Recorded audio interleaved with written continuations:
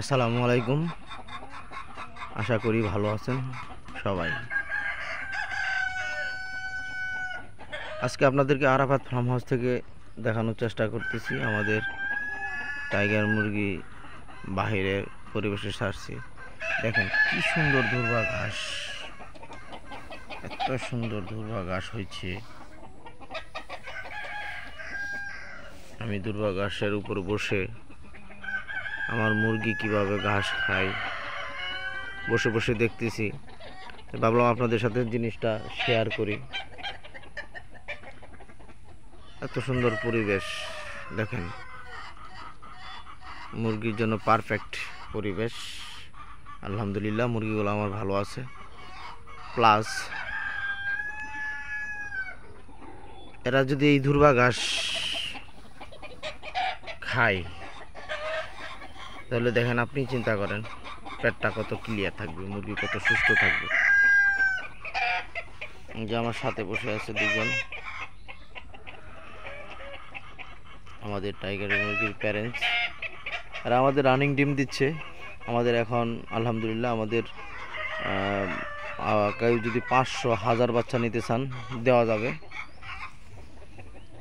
এদের এই বাচ্চা আমাদের প্যারেন্টসটা দেখেন, খুব সুন্দর প্যারেন্টস আলহামদুলিল্লাহ। দেখেন এদেরকে আমরা প্রাকৃতিক খাবার খাওয়াই।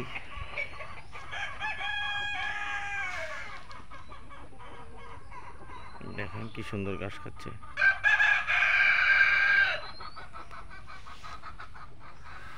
আমরা একটা রুমের মুরগি আজকে ছাড়লাম প্রথম, বেশ কিছুদিন ধরে ছাড়া হয় না এদেরকে, এই জন্য ঘাস এত সুন্দর হয়েছে।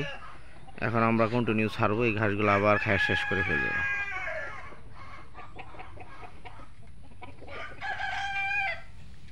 চলেন আস্তে আস্তে আগাই, দেখি ওরা কিভাবে ঘাস খাচ্ছে।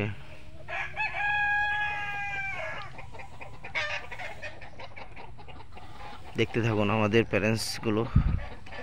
মুরগি তো ভয় পায় ওরা, খুব সুন্দর কালার আসছে আলহামদুলিল্লাহ। দেখেন কি ঘাস, এই ঘাস যদি মুরগি খায়, দেখেন একদম বৃষ্টি পড়া, ধোয়া পরিষ্কার।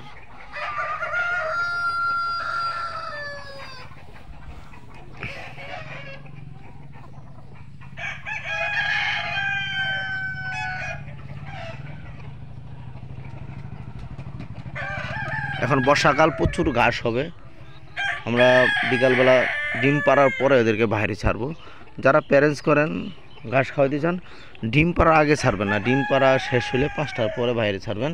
তাতে করে ওরা ডিমটা প্রপারলি ভিতরে পারবে, খুঁজে পাওয়া যাবে। আজকে ভিডিওটা বড় করব না। সবাইকে ঈদ মুবারক। আরাফাত ফার্ম হাউস থেকে ঈদের শুভেচ্ছা। আরাফাত এগ্রো চ্যানেলটা অবশ্যই নতুন হয়ে থাকলে সাবস্ক্রাইব করবেন, আর যারা সাবস্ক্রাইব করে রাখছেন তাদের প্রতি রইল অনেক ভালোবাসা। আজকে এই পর্যন্তই, ভালো থাকবেন। আসসালামু আলাইকুম।